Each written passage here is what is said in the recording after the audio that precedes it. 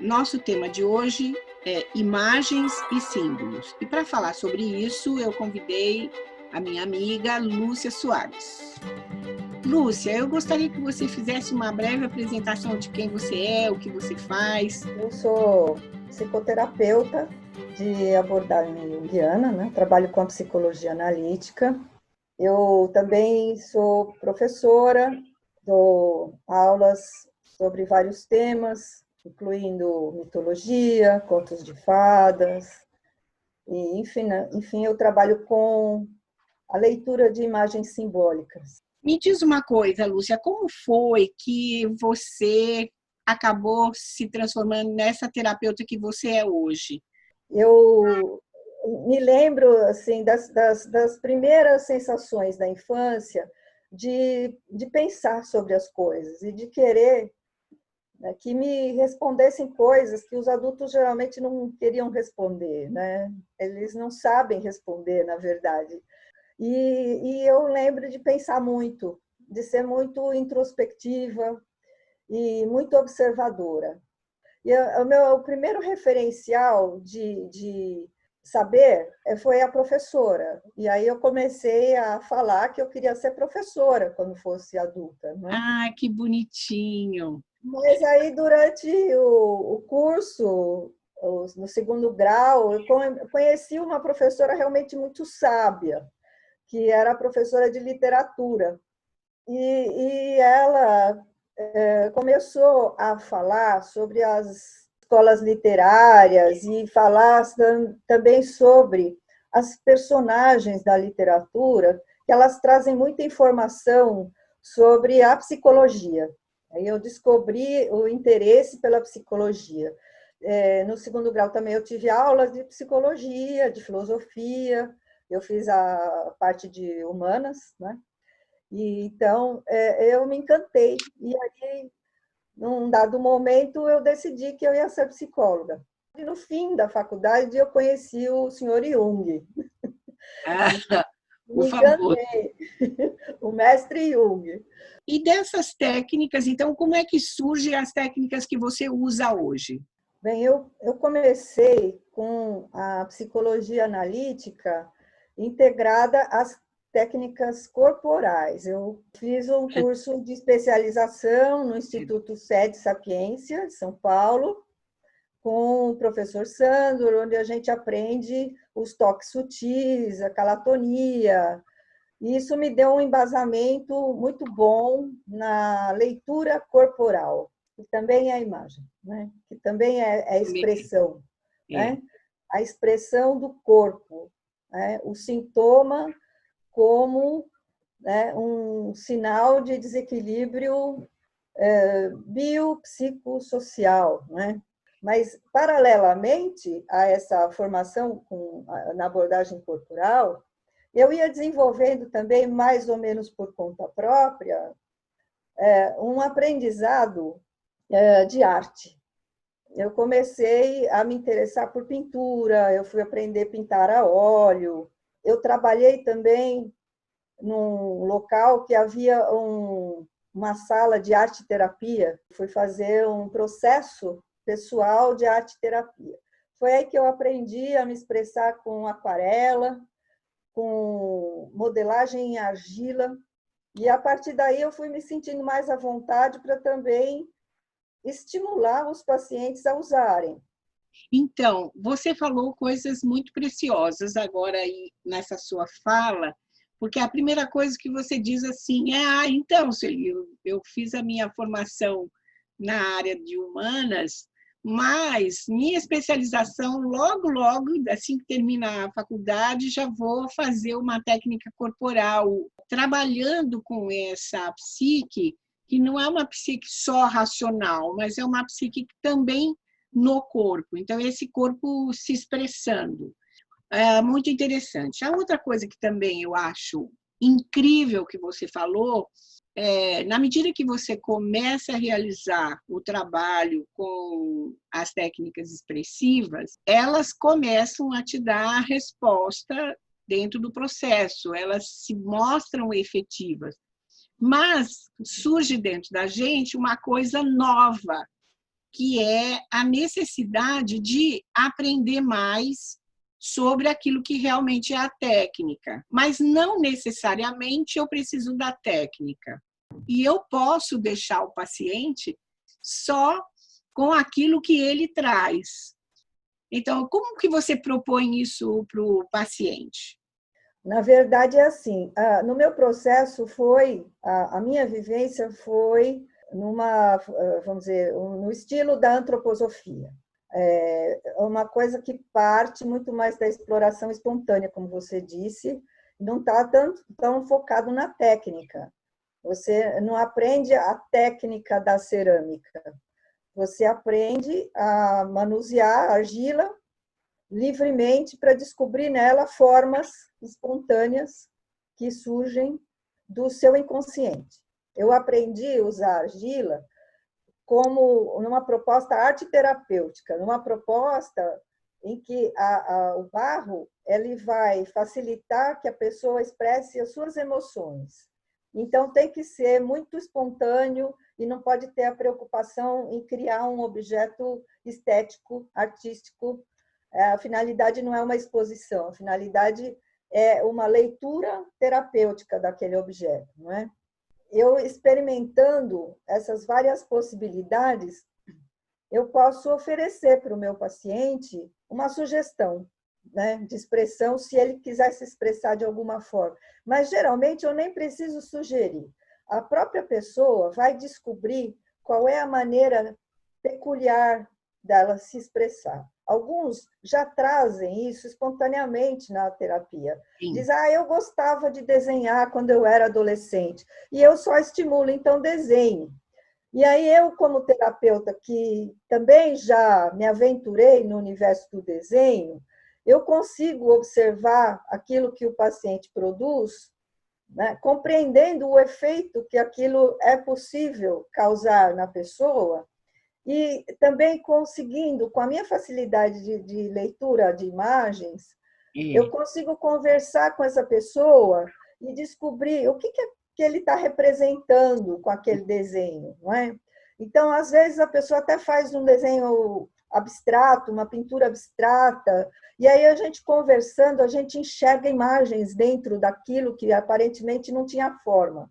Sim. E a gente começa a conversar sobre essas formas e projetar nessas formas, e isso traz material inconsciente para a consciência, e isso é o processo. Isso, e aí as imagens e os símbolos acabam fazendo, né, a costura de todas essas diferentes modalidades de expressão, né? E isso é muito especial, né? Porque ela é uma expressão. As imagens e símbolos não só estão na postura, né, como naquilo que é produzido com os diferentes tipos de materiais, que, na verdade, são recursos que a gente vai ter para essa expressão daquilo que está no interno. E que, muitas vezes, acontece aquilo que você contou lá na sua infância, de quando você era pequena. Você queria uma série de perguntas que você queria resposta. E aí, cadê as respostas? Bom, primeiro, é difícil de formular a pergunta. Segundo, é difícil de responder. Então, no processo terapêutico, de uma certa forma, você traz essa possibilidade de acolher a necessidade de conhecer coisas novas, diferentes, de formular a pergunta através do trabalho e de você poder, através de imagens e símbolos que surgem disso, ser capaz de dar a resposta. Isso é uma coisa muito incrível, né? Inclusive, o Jung também era um grande artista plástico, não é? Sim. Agora nós estamos começando a ter contato com os livros ilustrados dele, que foram recentemente publicados, não é? Então, na nossa formação, nós tivemos esse estímulo. A psicologia analítica, ela possibilita uma abertura de possibilidades enormes. A gente não fica restrito a uma área do conhecimento ou uma técnica em especial. A gente tem essa possibilidade de abertura. E, como pessoas, nós nos permitimos também explorar todas as possibilidades. Então, eu tenho muita dificuldade quando me perguntam como eu me defino, porque eu me definir é como se eu me desse um fim. E eu não dou fim a essa exploração nunca, a esse questionamento, porque eu acho que a vida é isso, é a gente se fazer perguntas e procurar as respostas. Eu estou sempre aberta a buscar coisas novas, né? E aceitar também tudo que o paciente traz. E aí surge alguma coisa. Às vezes surge uma coxa de retalhos, por exemplo, e essa coxa de retalhos é extremamente significativa e a gente pode trabalhar o simbólico da coxa de retalhos.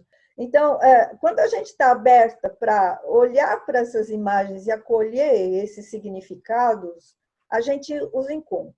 Aí eu queria que você me contasse um pouco como é essa sua abordagem quando você trabalha com as questões de mitos e contos de fadas no processo terapêutico. A gente conhecendo os contos de fada e os mitos, a gente entra em contato com o universo simbólico do inconsciente coletivo, ou seja, aquilo que pertence a toda a humanidade. Isso facilita muito que a gente compreenda o material do cliente, tanto nas técnicas expressivas quanto nos sonhos. E então isso fica como um referencial para nós. E também a possibilidade de que o cliente traga algum material sobre isso. Por exemplo, quando o cliente relata o conto de fada preferido da infância. E geralmente a gente percebe que a pessoa se identifica com o personagem, ela projeta alguma coisa nesse personagem, então nós podemos abordar o material inconsciente dessa pessoa via o personagem do conto. Muitas vezes coincide do trauma, do conflito do paciente, daquela ferida que ele sofreu em determinada fase da infância, está representada naquela história. Então, a gente, trabalhando com a história, a gente aborda indiretamente a questão da pessoa e também a história não traz só a representação do problema, mas ela também traz a possibilidade da solução. Então, quando a gente trabalha com o conto, a gente estimula uma reflexão na pessoa, onde ela vai buscar, por meio da identificação com aquele personagem e com aquele enredo, ela vai buscar um significado para a própria experiência. Mas nos mitos, eles embasam a nossa compreensão, porque os mitos, eles expressam conteúdos básicos da psique humana, né? Os arquétipos estão representados nas figuras dos deuses, dos heróis. Todo o processo de individuação está expressado na jornada do herói, por exemplo. Então, quando a gente estuda os mitos, a gente compreende o ser humano. E quando a gente ouve uma história narrada por um paciente, a gente identifica alguns temas míticos, que são arquétipos, que são possibilidades comuns a todo ser humano. É uma formação muito ampla, né, que a psicologia junguiana se propõe nesse conhecimento de toda a produção do humano, né?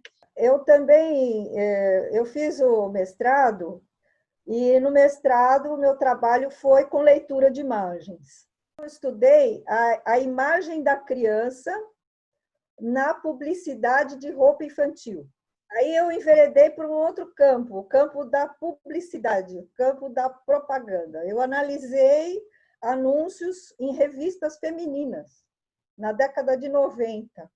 E aí eu descobri algumas categorias. Tinha uma diferença muito grande na representação da imagem de meninas e meninos, tinha a nostalgia da infância pelos pais. E eu consegui fazer uma análise baseada na psicologia analítica, mesmo numa universidade que não tinha. Eu descobri aí que eu também conseguia me expressar escrevendo. Então, foi uma outra leitura de um outro material, mas o fio condutor é o mesmo, as imagens e os símbolos. Uma outra coisa que é interessante disso é ver como que você vai trabalhar essas imagens, esses símbolos, utilizando categorias. Então, muitas vezes eu brinco com essa questão, eu tenho no consultório um conjunto de pedrinhas, elas são todas pedras semelhantes. E eu peço para que a gente faça classificações sobre isso, mostrando a possibilidade enorme que a gente tem de utilizar o mesmo material de formas extremamente diferentes. Você pega uma questão que é a propaganda, e da propaganda você analisa uma coisa que tem a ver com comportamento, de comportamentos automáticos que nós não temos nem consciência. E aí você traz para a consciência esse conjunto de ideias que são veiculadas naturalmente pela propaganda. A formação do terapeuta, ela não se faz só pelo curso de psicologia, das especializações, mas também dessas outras graduações que a gente vai adquirindo, e toda uma pesquisa constante de como trazer isso para o processo terapêutico, né? Isso é uma habilidade, né? Então, quer dizer que a imagem e os símbolos são o seu grande fio condutor. Sim, o processo se dá por imagens internas, né, o mundo imaginal, como diz o Hillman, né? Os sonhos, a imaginação ativa, e imagens que se expressam no mundo exterior também, nas produções. Toda a produção humana, na verdade, né? Esse é o nosso material, né? Tanto quando a gente analisa um paciente, como quando a gente analisa uma obra de arte. Então, assim, é um exercício. Você pode pegar um sonho, você pode pegar uma pintura, você pode pegar uma propaganda, você pode pegar uma peça de escultura, você pode fazer uma leitura simbólica disso dentro de um contexto, é claro. E esse referencial é o da psicologia analítica. Então, por trás disso, tem muito estudo, tem muita leitura sobre as obras do Jung, sobre símbolos, sobre religiões comparadas, sobre história da arte, sobre mitologia. Então, isso aqui é muito interessante, Lúcia, que eu penso que é a contribuição que você está trazendo desse fio condutor de imagens e símbolos que costuram qualquer coisa que o paciente traga.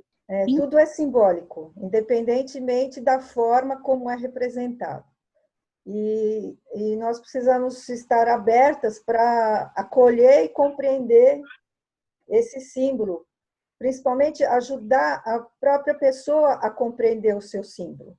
E eu acho importante nas técnicas expressivas que, a partir do momento que a pessoa consegue descobrir qual é a sua forma de expressão e ela consegue representar por meio desse material o seu mundo interno, ela se torna um sujeito da ação. Ela se apropria do próprio processo de desenvolvimento.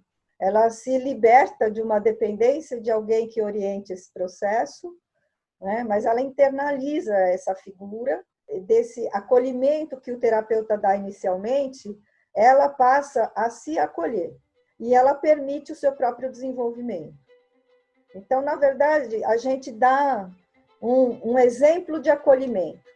E eu acho que a primeira pessoa que a gente precisa aprender a acolher é a gente mesmo. É verdade. De poder ver o que você produz e aceitar o que você produz. E nem sempre é fácil aceitar o que a gente produz. A gente tem uma tendência a julgar, nossa, isso está horrível. Né? Mas fui eu que fiz, né? Isso está me representando. E mesmo que eu me sinta muito desconfortável, é isso que eu consigo fazer nesse momento. E é isso que eu estou vivendo nesse momento. Esse é o meu retrato.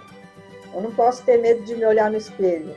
É um espelho de papel, é um espelho de tela, é um espelho de pedra, mas é o meu espelho. E eu preciso me olhar. E agora eu gostaria que você deixasse o seu endereço de contato para que quem tem interesse em entrar em contato com você possa fazer. Bom, meu e-mail é lfsoares@hotmail.com. E o meu telefone para contato WhatsApp é 99762-9092. Gostaria muito de agradecer muito você. Eu amei a nossa conversa. Agradeço, foi um prazer. E aí eu espero que todos tenham gostado da nossa entrevista, que vocês curtam o vídeo, se inscrevam no canal e aguardem as nossas próximas entrevistas. Até lá!